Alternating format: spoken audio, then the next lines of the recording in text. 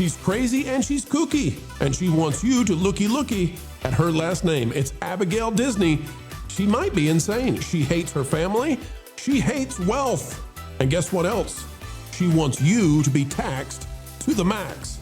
Today we'll tell you about a Disney heiress who is making major errors in how she handles your bank accounts.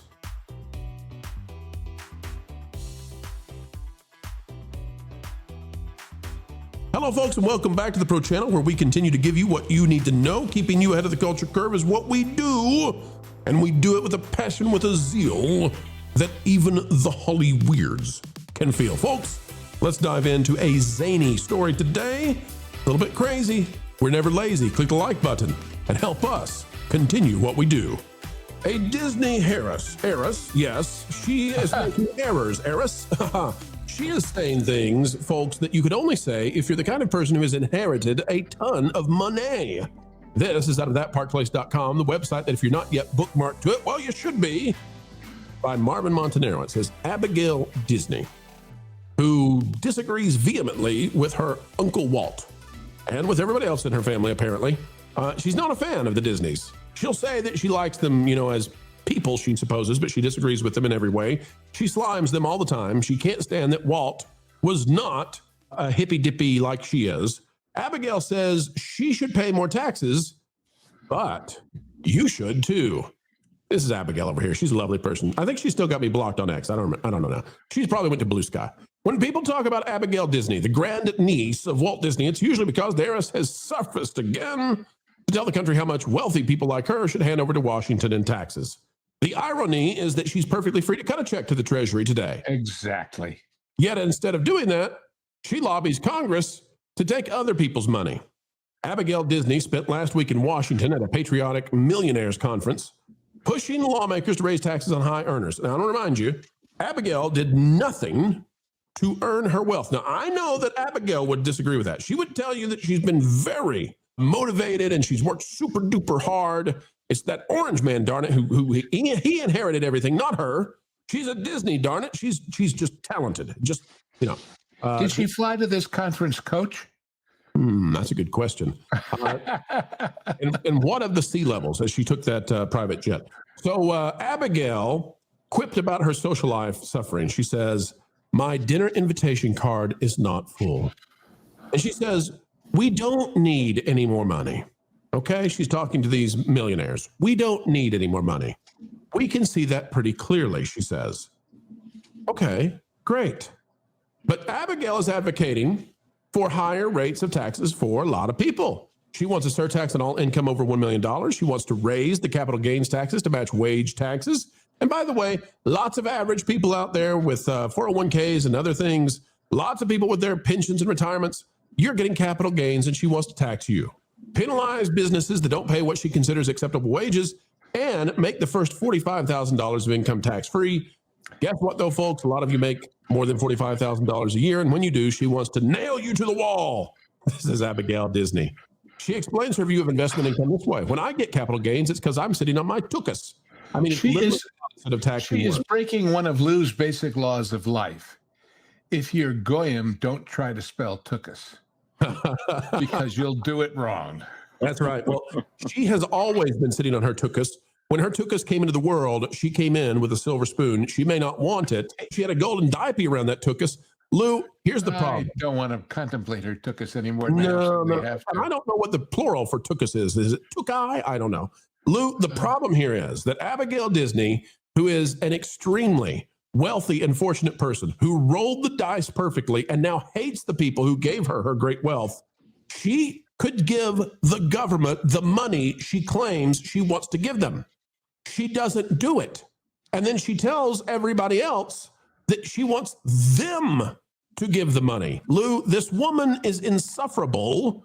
I hate that she came from the Disney family because she hates the Disney family. What do you make of this, Lou? Well, she's just one of so many of these people. I mean, she says, all I do is no. Capital gains is taxing risk. Right. What if you lost your tuchus in an investment, honey? You wouldn't be sitting around. You'd be crying and firing your broker. So that's what it's taxing, and that's why it's a preferential rate. Well, she's never had to worry about that though, Well, because she never had to get educated in finance either to have all this money. You know, most people who make a lot of money at least have some kind of concept of how they did it. She hasn't a clue. you know, she has said some very incendiary things about her family, her uncle, and all of that. She has claimed, without any evidence whatsoever, that you know the Disney family, including Walt himself, that they were abrasive and mean and cold and involved in all kinds of vices behind the scenes. She has thrown dirty laundry out like you can't believe. Meanwhile, she sits on a pretty awesome nest egg, you know, like Scrooge McDuck. But she wants to duck out of the family lineage and legacy and all that. She Why can't. doesn't she just change her name? She could do that legally, you know, to, I don't know, Abigail Tookus. But it's just, these people, I mean, they're so silly. They're so silly. They aren't even worth disdain, contempt, or otherwise natural reactions to their stupidity. They're just silly people. They are not to be taken seriously. Now, Andy, the only reason we take her seriously is because she is part of the Disney family and she does pressure the Disney company in lots of ways. Andy, would you like for Abigail to choose the amount of taxes that you're going to pay, the amount of money that's going to leave your bank account and go to Uncle Sam? Are you happy that Abigail is advocating on your behalf? Absolutely. As soon as she gives everything that she owns to the government to dole out as they see fit, then I'll talk to her. But Mrs. Hauser, because like she's not actually at Disney anymore because she got married, but she just uses Disney because nobody would know who she was, so she wants the fame. Did she even know? Like, what year did Walt Disney die? Was that like 67, 68, something like that? So she is I think she's about mid 60s. Yeah, so she would have. I don't know if she can have a memory of Walt. That's what I'm saying. Like, she's very critical. She's very critical of people that she probably never even met or interacted with. But you're in this big circle, and they all have the money they could donate, and they could change people's lives. You see these, some of the sports figures. They could go into a town, and they could revitalize it, create some industries there, and create some businesses, and really revitalize the town if they wanted to. But they want to sit back and they want to push well, everybody's our fair share in a country where 47 to 49% of the people are paying no income tax. And that, to me, that doesn't seem fair. It's like, it's I get to decide how much you keep of whatever. And it's really hard to get yourself up to that level to where you're making it used to be six figures, like God only knows what it is now. And these people don't know what it's like. Some of the actors I waited tables for a couple of years. And you equate that to somebody who's like, I'm a small business owner. I've kept my business going for 20 years now in a time when most fail under 5. It's hard work. And I'm nowhere near any of that kind of level, but I see the dedication it takes to go into it. And when somebody like this comes along, sitting on her little throne and telling everybody how much they should pay and how much, you first. Let's see what you're willing to cop out. Just so people know who this woman is, she's the great niece of Walt. And as we've said, could she have a memory of Uncle Walt? It's at that edge, right? Just to go back in time to 2022, this is the same woman who slammed Walt Disney, the man who basically, he and his brother gave her everything she has, all the money, all the notoriety, all the power and prestige she has, okay? She slammed them and called Walt Disney borderline rabid fascism. He bordered on rabid fascism. Where is that border, and which side is he on, and how close? Right. Oh, God, these borderline people. They don't even have the courage of their convictions to just say it. They have to equivocate that way. Yep. Documentary filmmaker. Should have just said Abigail Disney, coward. Right. Coward. But she received everything from her family. She hates on her family, and now she goes around and her, and sips on the fancy glasses of beverages that she wants to sip, and she doesn't do anything. I don't know if any. But she's looking to be invited out to dinner more often. Didn't she say that? Yeah, because she can't afford to feed herself, the poor baby. She needs to have other people buy her dinner, let alone everything else. Well, it really is Walt's fault. I mean, if it comes down to it. Ron, this woman is no bueno for Disney. She's even so loony that Bob Iger has distanced the company from her. wait, this is huge, good for Bob. Because when he said we shouldn't revere and we should barely respect Walt, she's gone way beyond that, hasn't she? She's made him look like the biggest Walt lover in history by comparison. Indeed, that's true. Ron, what are your thoughts on the disgracing of the legacy of Disney through this woman and her efforts? I don't know. I don't know what she went through as a child. Somebody that I know personally who is comparable to her relationship with Walt. Okay, so, but unfortunately, Walt passed a little bit early in the life. So Walt was, I think she was about 5, almost 6 when Walt passed away. So she probably didn't know him very well. But I also know Kelly Cash. Kelly Cash is the great niece of Johnny Cash, just like Abigail is the great niece of Walt. And I can tell you, there's a very, very different relationship. Kelly reveres Johnny Cash, and she has a great deal of respect for them. But she also probably got to know him a lot better. They actually sing together and stuff. So, my biggest question is, where the heck did she? What happened? Like, where in her childhood was she looking around at all this amazing stuff that her uncle and her I guess her grandfather created? And I believe. I know that Roy, like her dad, had a lot to do with the company later on in life. He's the one that made sure that it didn't get like torn apart and sold a bunch of pieces. So my question is, she's gaining all this wealth. She has all this inheritance. It's all from everything that her grandfather and uncle did and built up over all of these years.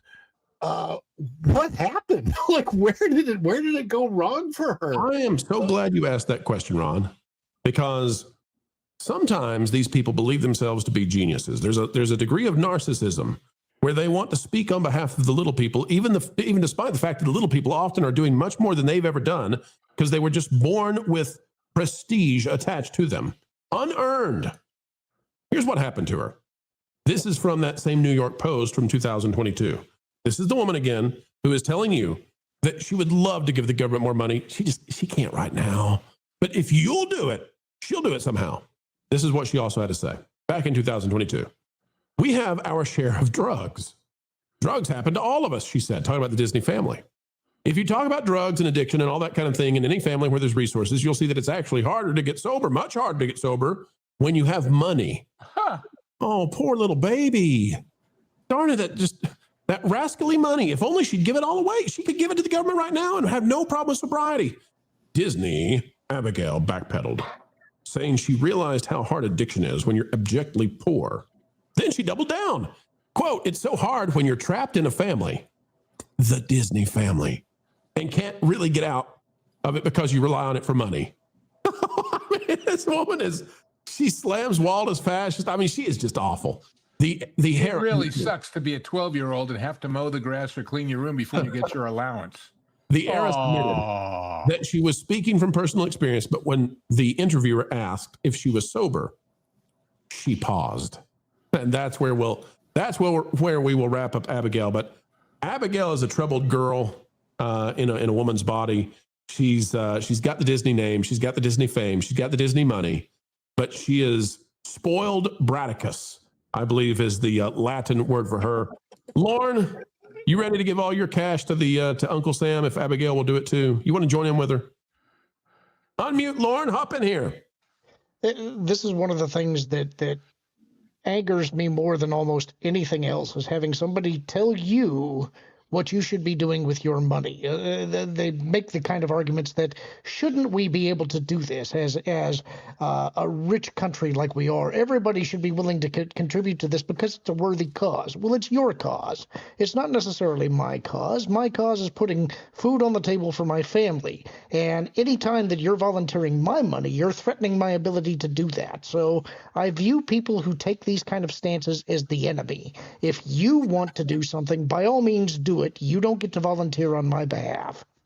I think there's a word for that when you're trying to force other people to do your will. I think it's called fascism. She's like Billie Eilish. The other day, Billie Eilish said that she, does so much more than Elon. Elon Musk, he just does nothing. It's like, yeah, he figured out how to land rockets, made space travel be a private industry, basically created the entire electric car industry. You may keep going. The Colossus supercomputer. You want to keep going. The Boring Company. You want to keep going. PayPal. You want to keep going. What do, Billy? You whisper sing. You figured out that you can whisper sing a song or two, and people listen to it. Well, same thing with Abigail. Abigail was born this way. When you defined her as Bradicus spoilatus, I saw her as a freeze frame in a Roadrunner cartoon. Oh, absolutely. Yeah. Where they used to freeze frame and put up, Coyoteus Maximus or whatever. She's a fictional character. She is a fictional character. In her own fiction, and it's bad fiction. It's not even fan fiction. Folks, the guy who made the theme parks, the guy who basically created animated film as an industry, that guy did something special. It's too bad that Abigail is not one of the special things that happened, because she just wants to take the special away. Folks, it's time to bid you adieu, but we hope that you will help us anew, and that is, we're only asking you click that like button. Share, subscribe, click it, stick it to those algorithms. It is the notification bell, and drop a comment down below. And oh, by the way, have you gone the way of thatparkplace.com? www.thatparkplace.com. It's the website that if you're not yet bookmarked to, well, you should be. A bastion of truth and knowledge when it comes to entertainment and everything that's going on. Go check it out today, folks. We would love to have you over there as well. All right, we are getting ready to head out, but do not fret, for we will put out 4 more videos tomorrow, so long as the good Lord allows. And we believe that probably, just might, happen. All right, until the next time we get to share time with you, keep learning, keep growing, and as always, keep having fun.